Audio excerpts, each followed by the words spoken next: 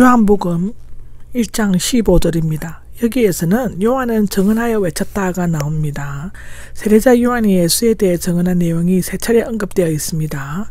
사도 요한은 예수 그리스도와 세례자 요한의 관계를 분명히 밝히고 있습니다. 즉 예수님은 하나님이 보낸 그리스도이시며 세례자 요한은 하나님이 보내신 그리스도를 예비하고 전가하는 자에 지나지 않았다는 것입니다. 당시 세례자 요한은 여러 면에서 메시아와 비슷한 점이 많았으므로 그의 신분을 분명히 밝힐 필요가 있었습니다. 증언하여는 역사적 현재형으로 그가 외친 증언이 본서가 기록된 당시나 지금 현재나 앞으로도 계속적으로 외쳐야 할 영원히 변함없는 역사적 사실임을 나타내고 있습니다. 내 뒤에 오시는 분이 나보다 더 앞선 것은 내 뒤에 오시는 분, 즉 세례자 요한보다 예수님은 6개월 늦게 태어나셨고 사역도 늦게 시작하셨습니다. 나보다 더 앞선 것은 세례자 요한은 인간에 지나지 않았으나 예수님은 하나님의 아들이셨습니다. 나보다 먼저 계셨기에는 예수님은 요한이나 아브라함보다 아니 태초부에 계셨던 분이었습니다.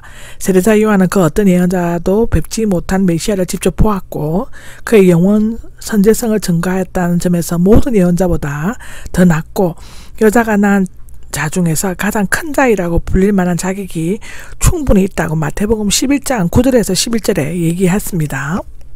16절입니다. 16절에는 그의 충만함으로부터인데 충만함은 이곳과 바오서신에만 사용되었다고 골로새서 1장 19절, 에베소서 1장 23절에 나옵니다.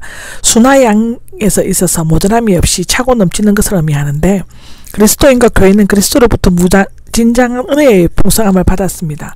이 충만함은 14절에 충만하였다와 연결되어 우리가 그리스도의 충만함을 받음으로 그의 충만함에 참여할 수 있음을 나타내 보여주고 있습니다. 말씀이 육신이 되신 예수님 안에서 하나님의 은혜와 진리, 지혜와 능력, 사랑의 모든 것이 들어있기 때문에 누구든지 믿음으로 그에게 나아가면 마치 강같이 흐르는 생수를 마시는 듯하다고 요한복음 4장 14절에는 말하고 있습니다. 풍성히 마실 수 있다는데 스스로 아무런 노력도 하지 않았는데 영혼에 메마르지 않는 셈 근원에서 마실 수 있는 자는 복이 있다라고 하는 것입니다. 은혜 위에 은혜를 받았다는데 여기에서 전지사는 원래 대조하여 반대하의 뜻이지만 여기에서는 대신의 뜻으로 사용되었습니다. 즉 은혜 대신에 준 은혜이다인데 이 전지사는 물건을 교환할 때 쓰이는 생선 대신에 뱀을, 즐거움 대신에 십자가 를 등입니다. 여기에서 모세를 통해 온 구약적인 율법의 은혜 대신에 예수님을 통해 온 더 큰 은혜가 더해진 것을 의미한다고 할 수 있습니다. 그러나 요한은 율법과 은혜가 대립되는 것으로 생각하고 있지 않습니다. 이것은 우리들이 그리스도에게서 받은 은혜가 충만한 것이며 그에게 온전히 의존할 때 넘치는 은혜를 끊임없이 계속적으로 받는다는 것을 나타내는 것으로 이해할 수 있습니다. 고린도후서 6장 2절에 나옵니다. 이러한 은혜는 매일 아침 얻는 신선한 만나와 같이 은혜를 더하는 은혜이며 새로운 날과 새로운 봉사를 위한 새로운 은혜이다 라고 합니다. 요한복음 1장 17절입니다. 율법은 모세를 통해 주어졌지만이 나옵니다. 본절 앞에 있는 왜냐하면이라는 접속사는 16절에 있는 믿는 자들에게 풍성하게 주어지는 은혜의 기초와 원인에 대해 언급하고 있습니다. 율법은 넓은 의미에서는 구약성경 전체를 의미하지만 여기에서는 모세 오경을 가리키고 있다고 합니다. 하나님께서는 모세를 통해 율법을 주셨지만 은혜와 진리는 자신이 직접 가지고 오셨다라고 합니다. 율법은 죄와 불의를 깨닫게 하고 하나님의 진노와 심판을 가르치시며 그리스도에게도 인도하는 가정교사 역할을 할 뿐만 아니라 은혜의 복음은 우리에게 제사함과 구원을 가르치며 영원한 생명을 주신다라고 합니다. 성경 로마서 4장 15절, 고린도후서 3장 9절, 갈라디아서 3장 24절에도 나옵니다. 그리스도께서 오심으로써 사람을 죽음에 이르게 하는 율법은 종지부를 찍고 생명을 주시는 은혜의 복음이 이를 대신하였다고 로마서 10장 4절, 갈라디아서 3장 19절에는 말하고 있죠. 우리는 율법을 노예처럼 지키지 않고 아버지의 사랑에 자녀처럼 대하게 되었습니다. 예수님을 통해 율법의 하나님은 아버지 하나님으로 엄격한 심판과 형벌의 하나님이 은혜와 사랑의 하나님으로 변하게 되었죠. 여기 왁기가 나오는데 무엇이 되다 발생하다의 부정가가형으로서 은혜와 진리가 예수 그리스도를 통해 믿는 자들에게 임함으로써 기독교가 시작되었음을 알려주고 있습니다. 기독교의 복음은 하나님께서 모세를 통해 주신 율법에 의해 준비되고 예수 그리스도를 통해 실현된 은혜와 진리에 의해 완성되어졌다고 기록되어져 있습니다. 따라서 구약과 신약 율법과 복음은 서로 대립되거나 모순되는 것이 아니라 밀접한 조화를 이루고 있습니다. 예수님께서 오신 것은 율법을 폐하기 위함이 아니라 완성하기 위함이었다고 마태복음 5장 17절에는 기록하고 있습니다. 여기 예수 그리스도가 나오는데 지금까지는 예수 그리스도를 로고스, 말씀, 생명, 빛이라는 명칭으로 엄밀하게 하나님의 본질적인 면을 나타냈으나 이제는 비로소 명백하게 말씀이 곧 예수 그리스도임을 분명하게 밝히고 있습니다. 이제부터는 하늘에 계신 영원하신 로고스, 즉 말씀이 하나님의 육신을 입어 이 세상의 시간 속으로 오신 예수 그리스도의 공생애가 시작될 것이라고 기록되어져 있습니다. 18절입니다. 18절에는 하나님을 본 사람이 나오는데 우주 만물이 창조된 이후 하나님을 본 사람은 아무도 없었습니다. 때로 하나님께서 사람을 만나셨다는 기록은 있지만 이것은 출애굽기, 이사야, 또 에스겔에서도 나옵니다. 그것은 부분적이고 상징적인 한상에 지나지 않았다고 출애굽기 24장 10절, 열왕기상 19장 13절, 고린도전서 13장 12절에 나오지요.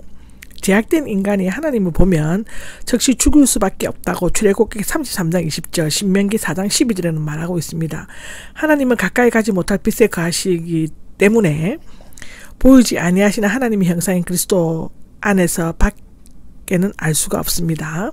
아버지의 품 안에 계시는 동생 하신 하나님이 나오는데 이것은 사본, 오래된 사본 등을 읽으면 표준 본문에 나옵니다.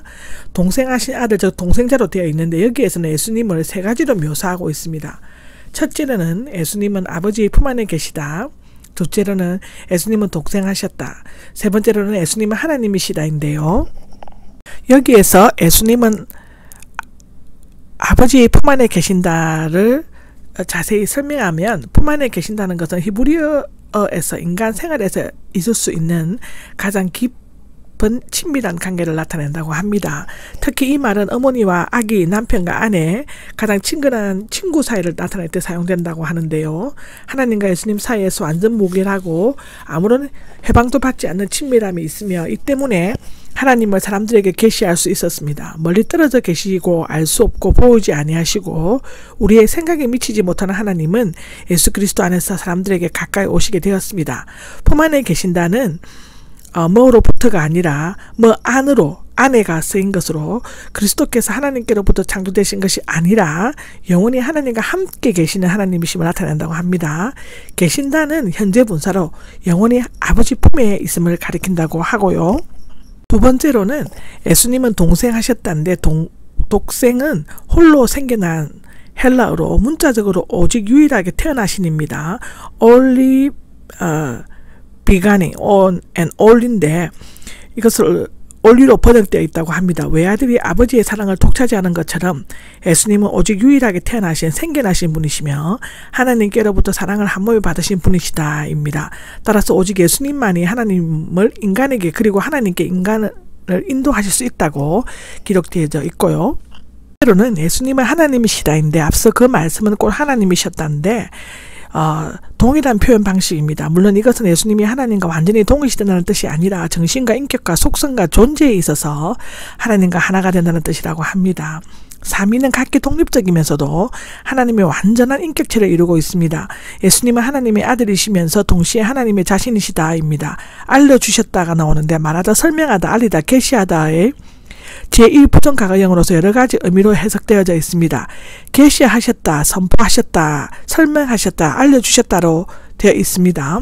일찍이 하나님을 본 사람이었기 때문에 그분을 알 수 없었는데 독생하신 하나님, 즉 예수 그리스도께서 그분에 대해 알게 해주셨다고 이해하는 것이 바람직할 거라고 합니다. 예수님께서는 나를 본 자는 아버지를 보았다. 요한복음 14장 9절에 나오는 놀라운 계시적 비밀을 우리에게 알려주셨습니다.